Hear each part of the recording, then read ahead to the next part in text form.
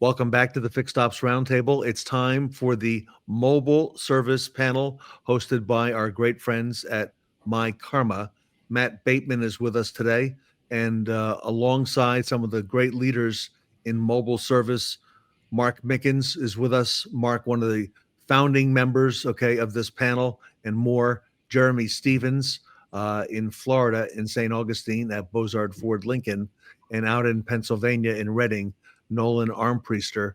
Matt, we're surrounded by the kings here of mobile service, and what a great place to be. Absolutely. So, gentlemen, want to talk to you a little bit about some of the things regarding retention. Mark, we got a lot of questions. You remember early on the very few first couple mobile panels we did, people asking how this penciled, and I think you've all proven the concept. But what about as a retention tool, Mark? And Yeah, that's a great question, Ted. We've seen this around the country now, working with several OEs where we're able to go out further a little bit. Like I know Jeremy covers a big area, Nolan covers a big area where you're touching the outer parts of your area of responsibility, or PMA, whatever you want to call it, where you're going out and really touching some customers that you might not have been able to get to come to your store because of distance and convenience. And now we're starting to see some people that have been in the business for a while now really actually raise their retention number by not only doing that, but the number we're looking at right now nationally is about 92% of a person that has one mobile service done are more likely to come back to have another one. So there's not too many percentages in the automotive business that say you're going to do something 92% of the time. So strong numbers that we're seeing in the market right now across the networks. Doesn't matter who the manufacturer is, but the retention numbers are strong, and the people's take rate on the second mobile service and third mobile service is in the 90% range. Yep. And Mark, congratulations to you. I see that you're going to be a NADA speaker once again this year, talking about this topic of mobile service. So, Mark, there we go. It's risen to the top. Yeah, really, really excited to do it. We have an excellent panel. It's a mixed panel from different manufacturers. Ford Motor Company's represented, of course, Lincoln, Mercedes-Benz. So we're very well represented on the panel. And it's just people that have done it in different ways, from the fleet version to the customer version, and how they've cultivated the success that they've cultivated. From a small fleet of 9, I think is the smallest one that we have on the panel, up to the largest, which is about 35. So we're covering a gamut of successful companies and different ways of being successful. And Jeremy, Bozard is no exception to that. I know your retention is phenomenally high on customers when they get that mobile service, that they're going to be a mobile service customer the next time and the next time. And that it really is the unicorn in our business. There's really nothing like it, Jeremy. It is. And that's the cool thing about it, because just sitting here, I got 2 emails from customer praising mobile service, how the technician took their time. And one thing we end with is, is there anything else I can do to help you before I leave? And that was what that email was about. The technician followed the process, and he asked that question, and he helped them set up their phones. And because nobody knows how to fully operate their radios on these touchscreens. I mean, but if you got a technician there for 5 minutes, they can show you everything on that car. And what that equals to is, like, I added up the mobile surveys this morning, and we had 180 perfect surveys come in just by mobile. And now we're on the flip side of that, where the customer remembers the technician's name, and they say, hey, Patrick is the only one allowed to work on my car. I want Patrick back. I want Brandon back. It's pretty cool how these relationships are happening with the technicians and the customers. And it's pretty cool from where I'm sitting to see it all come together. And I saw a post in October on LinkedIn, Jeremy. Congratulations. You had a record day from remote services. And it showed the old record and how you surpassed this. If you want to tell us about that, that was a big number. Yeah, so we did a special project last year for a big fleet customer, and these special projects are great, but what it does, it inflates your number for 1 month. You have like a flat line and then it spikes up. And this thing has been on my back ever since. So that week we actually beat it by 3. So we did 109, repair orders in one day. So it was pretty cool because we've always had this target to hit, because a lot of people, when I started this, 2 years ago from Bozar Ford, is you always have the people that says it's not going to work. It's not going to do that. You can't do that. And, 109, repair orders in one day mobily should be a wake up call of all the opportunities out there that we don't even know about. Because we didn't have those appointments before, but somehow they magically happen and it still doesn't interfere with our main shop appointments. Nolan, goes back to what you said. The future of our industry is outside the dealership walls. If you want to talk about that a little bit more as well. Yeah, I mean, it really is. And Mark and Jeremy nailed it. As dealers, we're always selling vehicles outside of our PMAs, and a lot of customers that we don't ever even plan on seeing again, right? But with our mobile vans, we have our bays on the road, and we can expand out and take care of all of these customers. And especially on the fleet side, if you're a fleet heavy dealer, chances are you're not seeing a lot of that work come back to you, and you're not even attempting to get it. But with mobile, it gives you a new opportunity to retain everybody. And, to your point, yes, once a customer does a mobile experience, they're not going back, right? They don't necessarily want to come back to the dealership and wait an hour in the waiting area when they know they can sit on their couch and have it done in their driveway. So I think, again, we've talked about this a ton, Ted, but I think the opportunity right now is with outside our walls, and it will continue to be so. As our customer demographic just keeps getting younger, that demand's there. But I do think, there's so many opportunities, from setting subscription packages to just being transparent and communicating to your customers that you offer these services. I think that's one of the biggest things, is a lot of customers don't realize that mobile is even an offering at a lot of stores. So just making it front of mind, is the opportunities there. Nolan, I know you have a big commercial side of your business, but on the consumer side, and even on the commercial side, when do you introduce this? I know I've seen things at Bozard where they introduce it, early in the process as part of the sale. Jim Sabino has talked about doing the first service for the customer in their driveway. What about you up there in Reading? Yeah, I mean, we always have point of sale material in the showroom, that's showing it, but we always make sure that anybody that's buying a vehicle or coming into our store knows that we have this. Our F&I office has the offerings for our mobile subscriptions, whether it's fleet or retail. And then our BDC departments are trained to ask if they would like the appointment done mobile, right? So and that just creates the conversation. A lot of times customers will ask, well, what do you mean? And then we get into explaining what mobile service is and how we can come to them to take care of it. But again, I really think a lot of people it's still in its infancy in this industry. So we just have to get the word out to people. I mean, done right in sales, it could be a great closing tool. 100%. That's something that you offer that somebody else doesn't. It could be the difference of the person buying the vehicle from you or not buying the vehicle from you.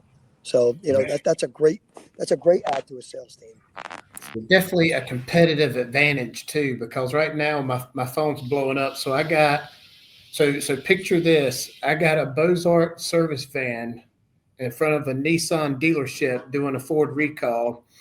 And we're pitching it as we're doing a favor to the dealership, but they probably got customers out there looking at a car and seeing a Ford mobile service van that could kind of switch them to the Ford brand. So not only the customer experience, just the exposure. I don't know. Nolan, you probably experienced this. Like, you talk about it, and it's like, when you talk about it, it's like, well, crap, there's another channel that I could go down. There's another opportunity, and it's like it never ends. It's like it keeps going.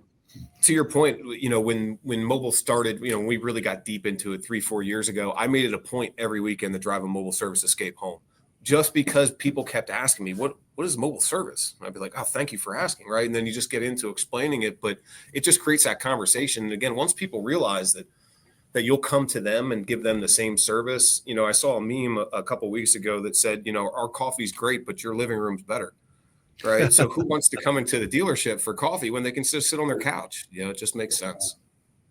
Matt, the customer service industry is changing with technology, with the tools that myKaarma's got And then you got these gentlemen who take it the extra step and go to the customer and go to their driveway and perform the service there. It's I keep thinking of the number 109 ROs in one day, Jeremy.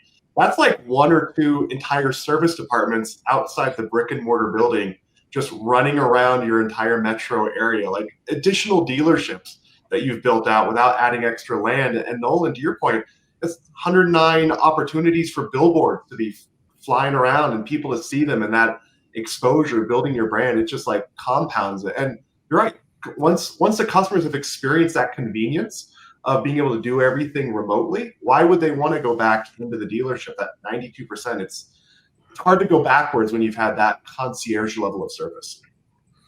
And Matt, it creates a lot of opportunities for doing things the right way, because especially the younger customers. I mean, this is now going to be expected, okay, by everybody. That they have the ability to have the service performed. And I know, Matt, that it's been a couple manufacturers, but it sounds like more are getting on board. And we'll come back to Mark on that as well. Your thoughts, Matt? Yeah, we're seeing more manufacturers come on board with it, more dealerships taking the initiative themselves and building this out, and just using that combination of the technology and the people and the process here to actually create these solutions. So you've got a great communication experience, you've got a great remote experience, a mobile service experience. Customers are able to do everything from their phone. They're working from home. They don't even really have to leave. They can just see what's happening in the driveway, know what's going on, be updated in real time.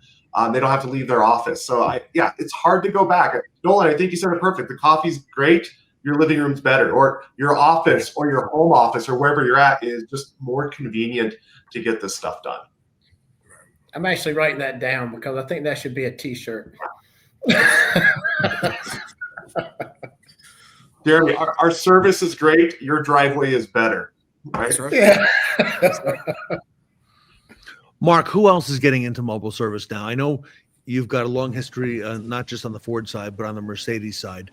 Yeah, I mean, we have, Mercedes is really 2026 is going to be a big year for Mercedes mobile service. It's a recommitment, and they're going to be really asking some of their dealers to come on board and expand. And, we have several manufacturers we're working with right now that are considering it.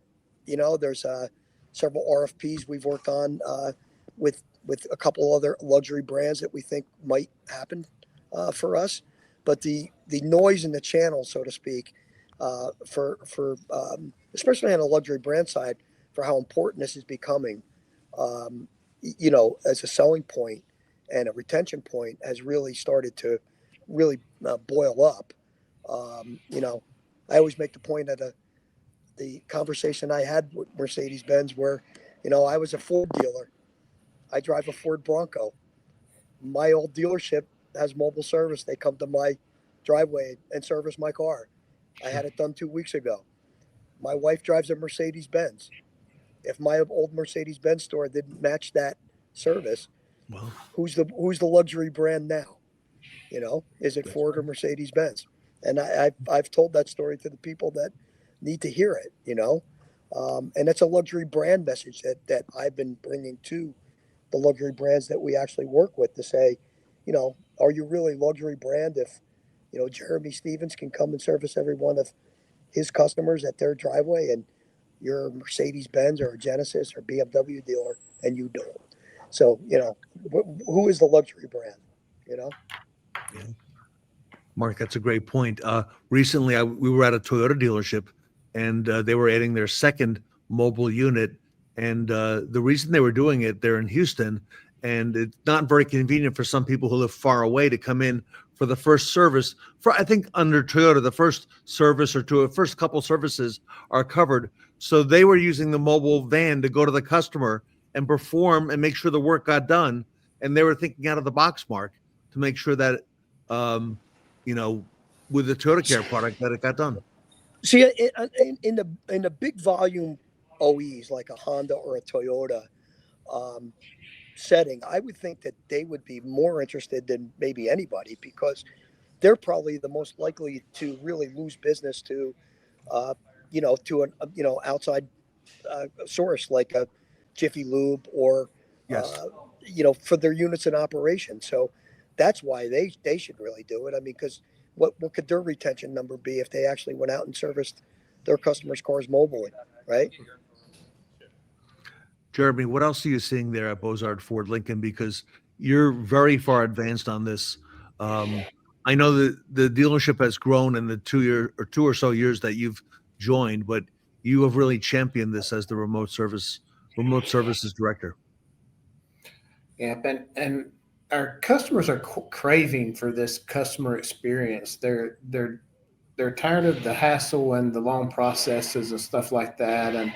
And talking with our communication center that just talks with customers, hundreds of them a day, and just hearing the feedback from them, just the advantage of mobile service. And of course, I'm biased because I love mobile service, but even your diagnostics. So they're telling me this example. If like, Ted, you call a store, it's like, hey, yeah, we got to do a diagnostics. Can you drop it off and leave it with us? And we've always done that. But with mobile service, it's like, no, I can be there at 8:30 and we're there. You'll know something within 30 minutes. And hearing the communication center talk to customers like that, it's like, it never dawned on me until I heard it. I was like, there's just so many different benefits from it, especially on the fleet side. Just opens the whole. It's the total store package, because sales is easy to lead with mobile service, especially from a fleet side. When you're walking in a construction company and say, "Hey, can I help you do some recalls?" instead of, "Hey, do you want to buy a truck?" It's just, you get in a lot faster and you build a relationship so much faster and better, and just that loyalty. I mean, Nolan and I could probably sit here and Mark could talk all day about the advantages of doing all this and how it benefits the whole entire store, just not service and parts. Sure. Matt, this is all out of the box thinking for fixed operations, and going into 2026. It's all about what myKaarma does as well. You're totally out of the box, with the things that you do, even more and more.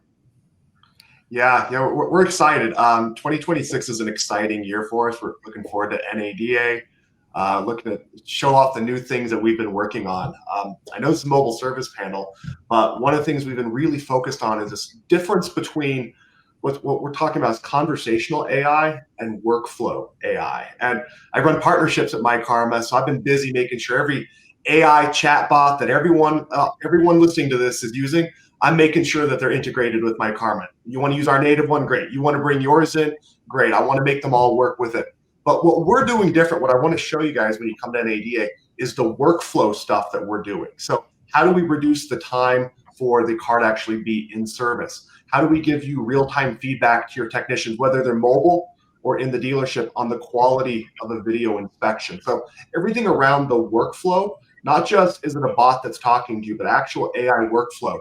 So that's the stuff we're working on. And to your point, Ted, we're always trying to think the next step, the next level, to be that true platform, whether it's out in the field or in the dealership.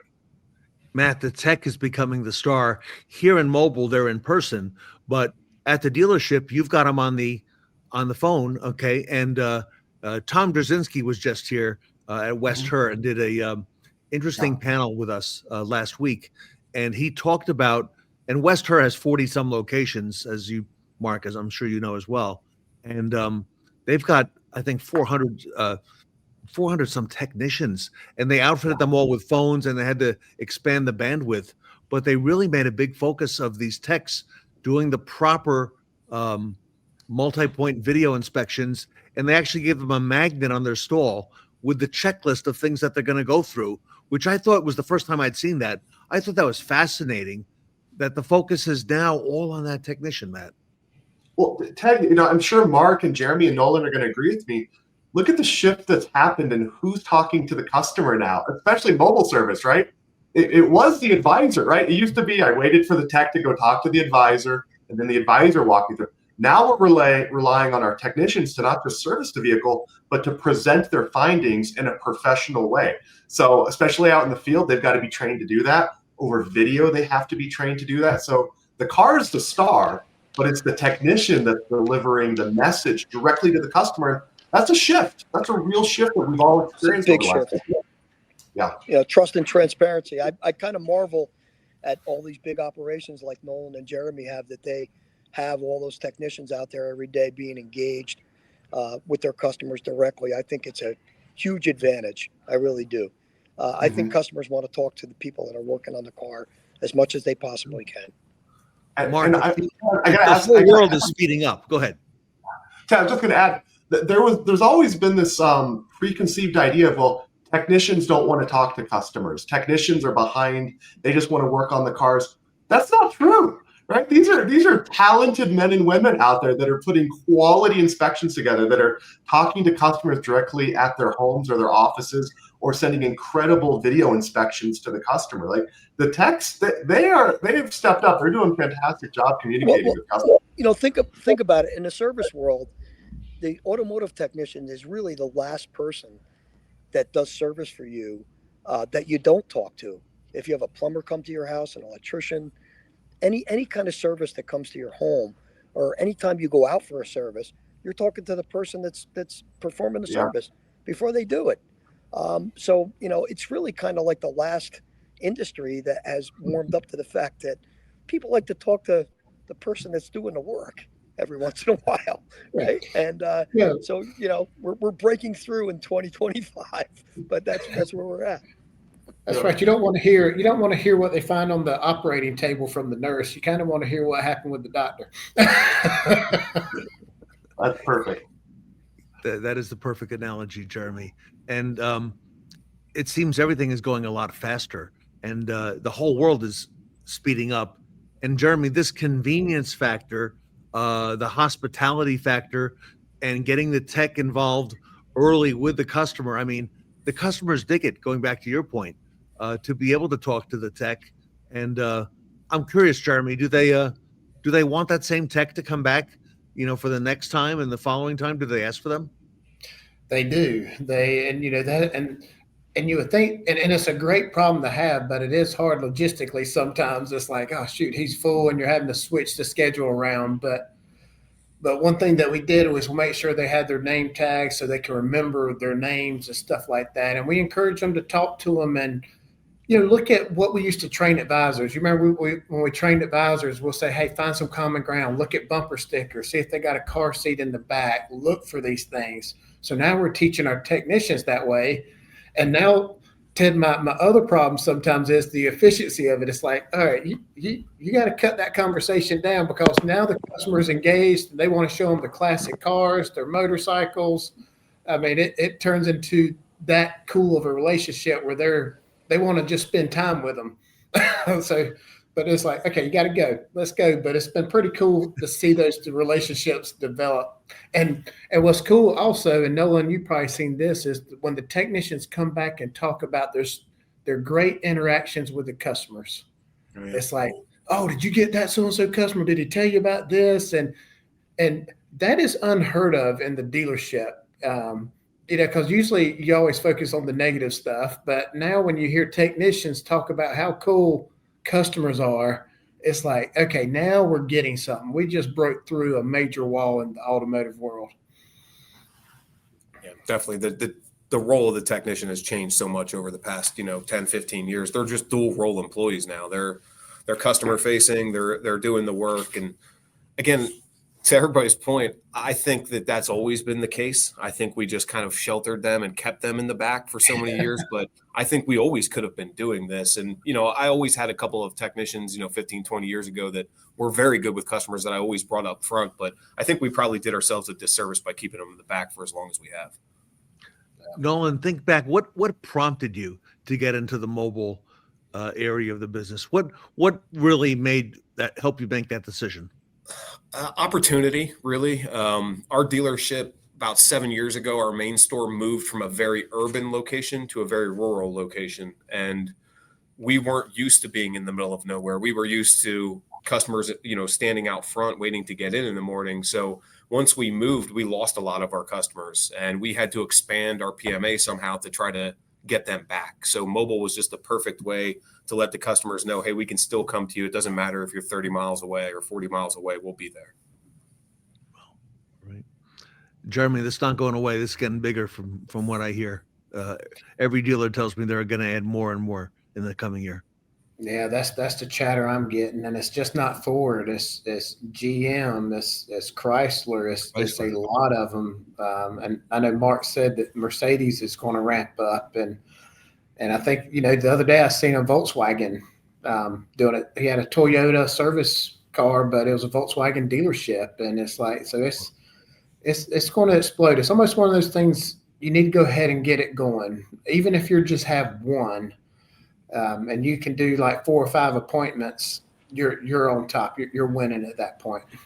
Yeah, but a lot of credit to the Ford and Ford dealers. I mean, Ford has really been the leader in this space, and they've been out in front of it. And I think because of that, some of these other folks are looking around and saying, we better get into this before it's too late, because it could get late on you pretty quick, And like I said, dealers like Jeremy and Bozart and Jim Sabino up at All American. I mean, being leaders in this area has been tough. So the fact that it's been proven out right now is probably pretty satisfactory for all of you, and I'm glad everybody's business is doing well. Matt, it's a whole new game. 2026. Where do we learn more about some of the tools that myKaarma has brought to the dealership world, and things that you're working on, including the AI stuff that you referenced earlier? Yeah, come check out our new website at myKaarma.com. We just redid it earlier this year. It looks fantastic. Got a lot of new information. We're adding new products, new solutions there every single day. We've got a whole section on the AI, especially the workflow stuff that we're doing, right? I keep using that word, but that's what we're all trying to do. How do we reduce the time that a customer is spending at the dealership, or their vehicle is up on that lift? How do we make the dealers more productive? How do we make them more efficient? How do we make more money? That's all the stuff that we're really focused on. And hey, NADA is just around the corner. Come see us. We'll be there. We'll be right by the big GM booth in the back. So come check us out. Matt gave me the privilege of walking through some of his platforms recently, and it's really impressive stuff. So if you are at NADA, you should stop by. And it could really help somebody's business, really enhance what you're doing. Yeah. Man, I don't know a better ambassador for myKaarma than Mark Mickens, because it works. Yeah, I mean, always talking about myKaarma, right? So there we go. Yeah, absolutely. Thank you, Mark. And uses it in the real world. Everybody, I want to thank the panel: Jeremy Stevens from Bozard, Mark Mickens, ES3, Nolan Armpriester, Matt Bateman from myKaarma. And gentlemen, I want to wish all of you and your families a happy Thanksgiving, happy holiday next week on behalf of the automotive community. And we're indebted and very grateful to all of you for all that you've brought, all the knowledge you've brought to the roundtable. Happy Thanksgiving, everyone. Thank you so much. Happy Thanksgiving. Everybody, you can visit myKaarma on the web. You see that scroll down below, myKaarma.com. myKaarma.com. Matt Bateman is the man at myKaarma, and you'll be able to visit him as well in person at the NADA coming up here shortly in the new year. So the myKaarma mobile service panel here with us at the Fixed Ops Roundtable.